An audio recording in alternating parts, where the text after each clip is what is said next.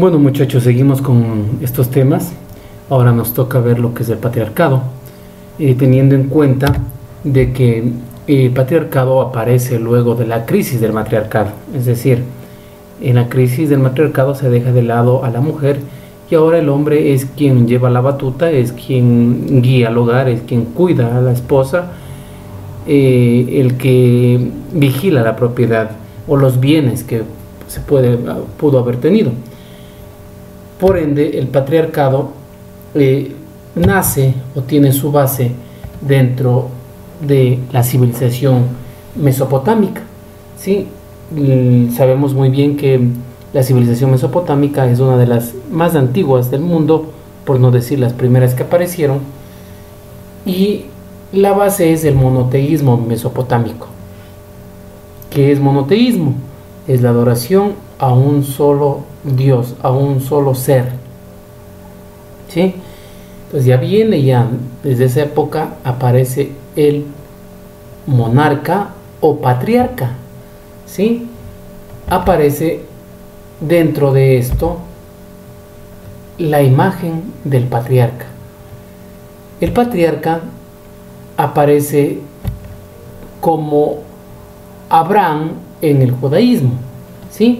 Y también aparece como Mahoma en el Islam.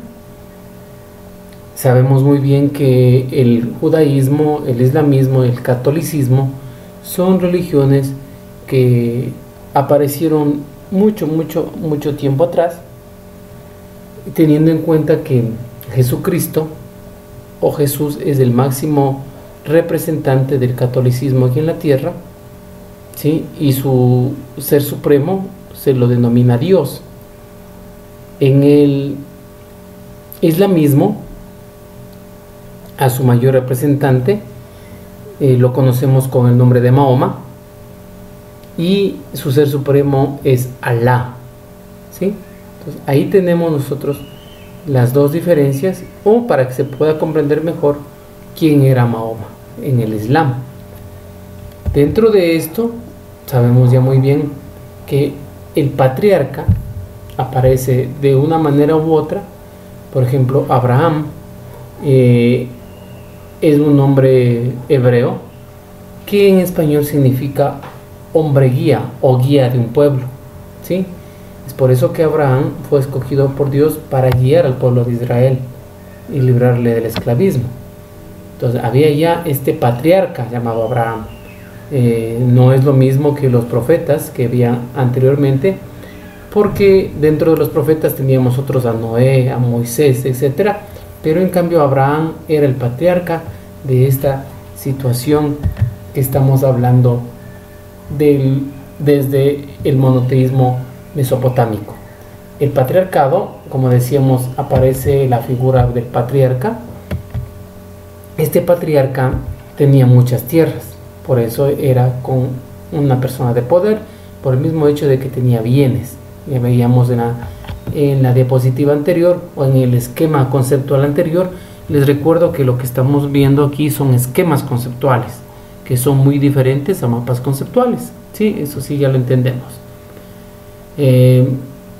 Este patriarca entonces gozaba de tierras. El mismo hecho, también tenía una familia numerosa, tenía sirvientes y esclavos. Familia numerosa, ¿sí? Por lo que tenía el poderío, por lo que tenía las tierras, tenía donde mantener, no había ningún problema de tener familias numerosas. Los sirvientes y esclavos que eran propiedad del patriarca, ¿sí? Al igual que lo era el ganado, los animales que tenían dentro de su finca, para que ustedes puedan entender mejor, su finca muy grande, de extensiones enormes de tierra, tenían animales, dentro de esos tenían el ganado, tenía una familia muy numerosa, tenía sirvientes y esclavos. Estos sirvientes y esclavos, la característica principal era que eran pertenencia del patriarca, o sea, estos dos le pertenecían al patriarca. ¿Qué significa? Que el patriarca podía hacer lo que desea con ellos. Sirvientes y esclavos, más claro, es como que ustedes tuvieran un perrito, ¿no? y el perrito lo pueden vender, lo pueden regalar, lo pueden dejar en el patio y el perrito no dice nada. Pasa a ser propiedad del patriarca, los sirvientes, ¿sí? Igualmente nosotros nos encontramos con lo que es la situación de familia muy numerosa. Ahí podemos tener en cuenta de que para tener muchísimos hijos también debía tener muchas esposas. Cabe indicar que dentro de la historia nos dicen que Abraham tuvo 40 hijos, ¿sí? Pero con esta salvedad que vemos acá, con muchas esposas, porque si no diríamos pobre esposa, ¿no? Que tuvo que dar a luz 40 veces, y no es así. Simplemente que estos patriarcas tenían también, o la ley les facultaba para tener muchas esposas. Entonces, claro que podía ser que cada esposa tenía 8 hijos, 10 hijos, pero no era la gran magnitud como nosotros podíamos imaginarnos, que una sola esposa podría tener unos 40, 50 hijos, ¿no? Entonces está claro esto, que este patriarca gozaba también del privilegio de tener muchas esposas. Ahora, si nos vamos a la actualidad, estamos llegando acá a la época actual, y nos encontramos también que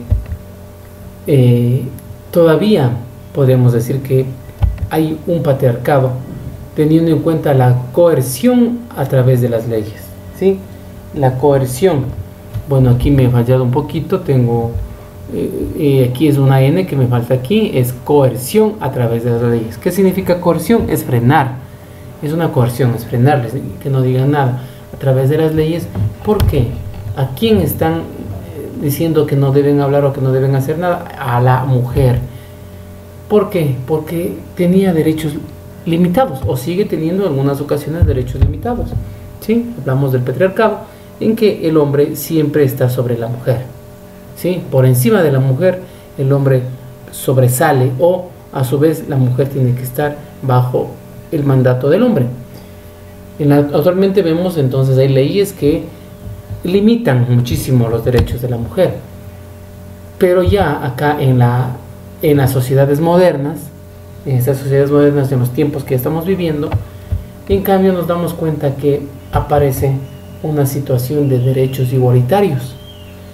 ¿Qué será un derecho igualitario? O sea, bueno, allá y la igualdad de género que tanto hablan. Muy bien, entonces, o sea que yo puedo hacer lo mismo que hace el hombre, yo puedo hacer lo mismo que hace la mujer, etcétera, etcétera. Hay una igualdad igualdad de género. Primero no podríamos igualarnos nunca a una mujer, ¿sí? Porque la mujercita tiene el don de dar la vida, ¿sí?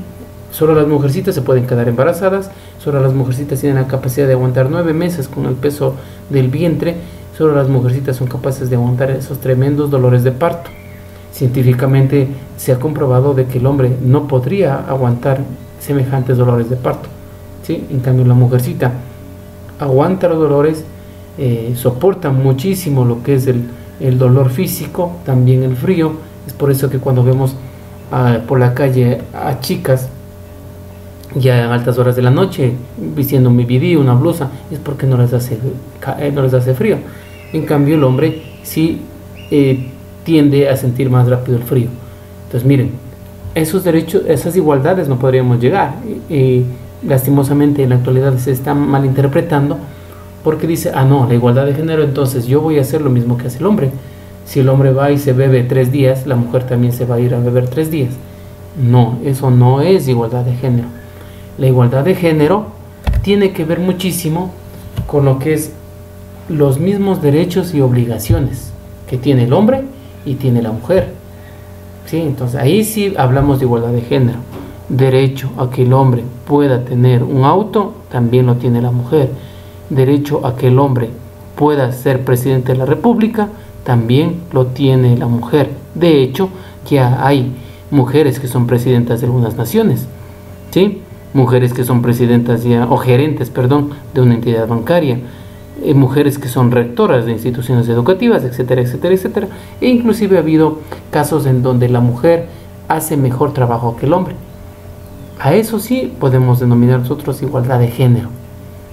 Pero Así como decimos nosotros que nosotros no podemos igualarnos a las mujercitas en la situación de poder procrear, hay muchas veces que la mujer en cambio exige su igualdad de género, pero cuando se trata de trabajos en que solamente el hombre lo puede hacer, ahí se pierde la igualdad de género, ¿sí? ¿Qué pasa cuando se acaba el cilindro de gas? Cuando se acaba el gas, ¿quién carga el cilindro de gas? ¿A quién le llaman? Al hombre, ¿no es cierto? Sí, entonces ahí también tiene que haber la igualdad de género, es decir, a ver, la mujercita también, a ver, cargue el cilindro y vaya a comprar. Ahí no hay. Entonces, mucho ojo ahí. Derechos igualitarios, pero siempre teniendo en cuenta los prejuicios, vea. Predominan los prejuicios muchísimo, ¿sí? Hay muchas de las veces que dicen, yo puedo hacer lo mismo, yo tengo que ir a botar la basura, por ejemplo. Ya, pero dice, no, ¿cómo voy a botar la basura? Me van a ver que yo voy a botar la basura, eso tiene que hacerlo la mujer. O hay invitados, voy a ponerme a lavar los platos, ¿qué van a decir? Eso tiene que hacer la mujer, me van a decir mandarina, por ejemplo, ¿sí? No, entonces no. La igualdad o la igualdad de género y gozar de los mismos derechos significa lo que acabé de mencionar, más no. Y están basados por los prejuicios, como estaba indicando. Y ahora sí, lo más importante es una cosa: tener en cuenta los valores que tiene cada persona. Los valores se vienen o se extrae o nos ponen de base la familia, nuestros padres.